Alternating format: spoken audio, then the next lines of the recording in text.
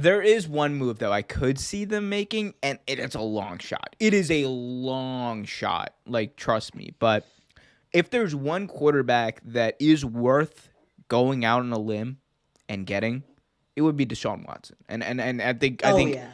I think that, Deshaun Watson coming to a place like Pittsburgh where the fans will automatically love him. The fans will be behind him 100% because they know the type of player he is. The fans want Roethlisberger out, quite frankly. As far as what it's going to take up to get him, that's the only player. Like, no Jimmy G, no Kirk Cousins, no Derek Carr, no Mitch Trubisky, none of them. The only person that I could see them trading the first or two for would be Deshaun Watson, and that would put that team in a very different position than they were last year. Because last year they started the season 11-0, almost went like were talks about undefeated. That's how well they were playing.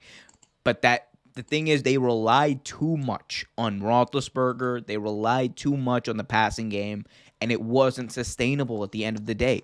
And when your passing game isn't sustainable, when you have an aging quarterback, and you have receivers like Juju Smith-Schuster, like Washington, like Curtis Claypool, and those guys, and you might be able to get a nice running back in the second round or in the draft at some point or in free agency. This team's defense is elite. I'm talking about next level type of elite. They're one of the best defenses in the NFL. TJ Watt arguably should have been the defensive player of the year.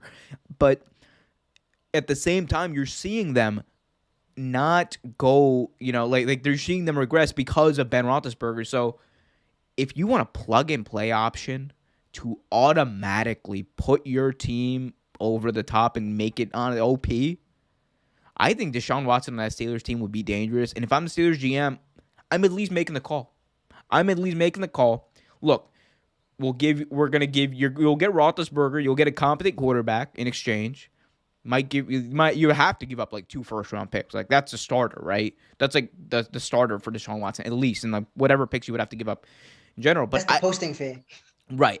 But if I were the Steelers, and if I'm that's the only thing I would even entertain. I'm not even saying they do it, or I would do it, right, if I'm them. But I would at least entertain it and see if that's on the table and, make myself think about that in, real terms. Yeah. Oh, absolutely. I think you're absolutely right. And, I mean, Deshaun Watson would make the Steelers a Super Bowl contender. That would vaunt them to the top of the list in the AFC. If they got to shoot, because that's the MVP candidate. He led the league in passing yards. That's a man who, on the right team, could throw for 50 touchdowns.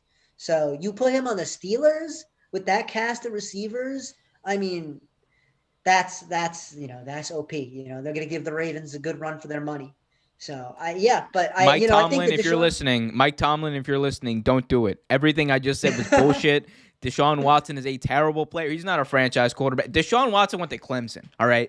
Any player from Clemson is not worth the paper they signed their contract on. You can't. You can't. I'm going to cry. You can't. Longtime watchers of the show will get that joke.